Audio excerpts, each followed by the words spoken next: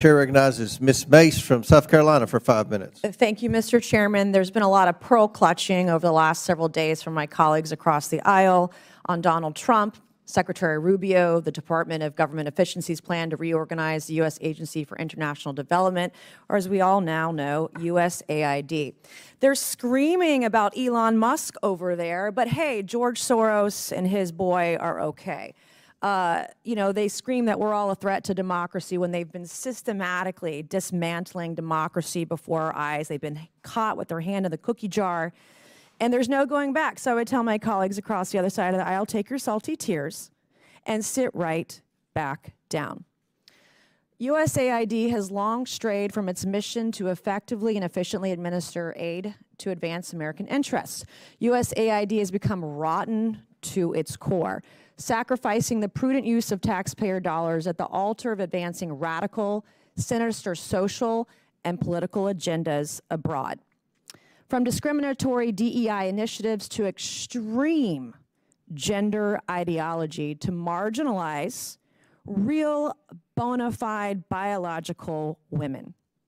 For decades, while homeless veterans sleep on our streets, our communities rebuild from natural disasters, and American families struggle to get by, USAID has pillaged and plundered the American treasury, essentially lighting American taxpayer dollars on fire, funding some of the dumbest, I mean stupidest, just dumbest initiatives imaginable, all supported by the left, and that's why their party is crumbling.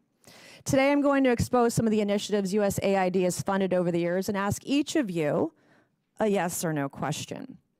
If you believe these expenditures of American taxpayer dollars put America first. So it'll be yes or no.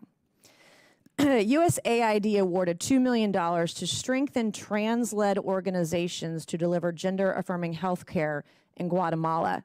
So to each of you this morning, does this advance the interests of American citizens paying for trannies in Guatemala to the tune of $2 million? Yes or no? Governor? I have no position. Of course you don't. Okay, USAID awarded over $750,000 to fund alleviating loneliness among migrant garment workers in India. Does this advance America's interests, Governor? No. No. I have no position. USAID awarded $1.5 million for providing a gender-sensitive response to migration at the Venezuelan border. Does this advance America's interests, Governor? No. No. I have no position. Does this advance the interests? Okay, so USAID awarded $4.3 million on October 1st, 2023 to a group to fund comprehensive health services for men having sex with other men in South Africa. Does this advance the interests of American citizens, Governor? No. No. I have no position. I bet you don't. Okay. USAID awarded $1.5 million to advance diversity, equity, and inclusion in Serbia's workplaces and business communities by promoting economic empowerment and opportunity for LGBTQI plus people in Serbia. Does this advance America's interests? No. No. Nope. You have no idea, right? Okay. USAID awarded over $70,000 to a group to deliver a live musical event to promote the U.S. and Irish shared values of diversity, equity, inclusion, and accessibility. Does this advance the interests of America? No. No. No position. No position or no clue. Okay, USAID awarded $1.5 million to fund strengthening community support structures to upscale LGBT rights advocacy in Jamaica. Does this advance our interests? No. No. No position. USAID awarded $28 million to a group to facilitate the economic insertion of Venezuelan migrants and refugees in Peru and Ecuador. Does this advance our interests? No. No. No position. Okay, USAID awarded $17.5 million to fund voluntary medical male circumcision overseas. Does this advance America's interests? No. No. No position. I don't know what circumcision overseas has to do with America First either.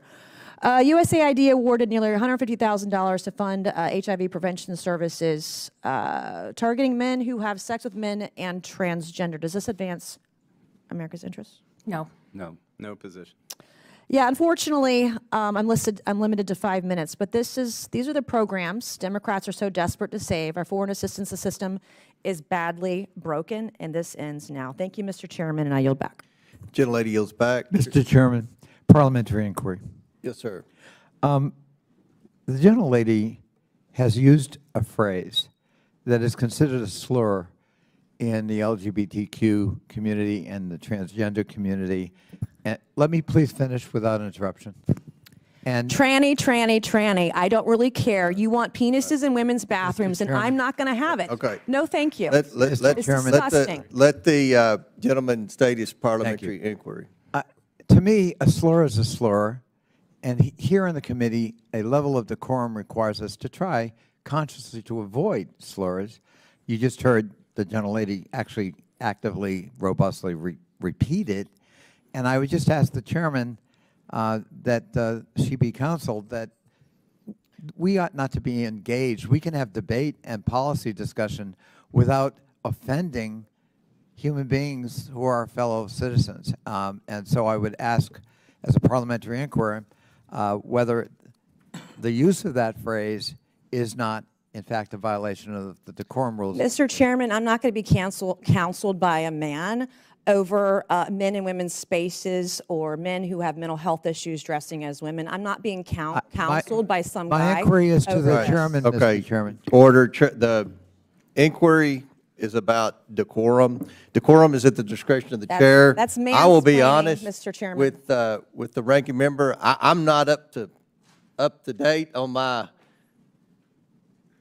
politically correct LGBTQ terminology. We'll look into that and get back with you on that. I don't know what's offensive and what's not. I don't know much about pronouns or I appreciate that, offensive Mr. Chairman. terms. Mr. in that Chairman, we don't have to community. anymore. So, I thank the chair for his willingness to further engage in this matter. all right.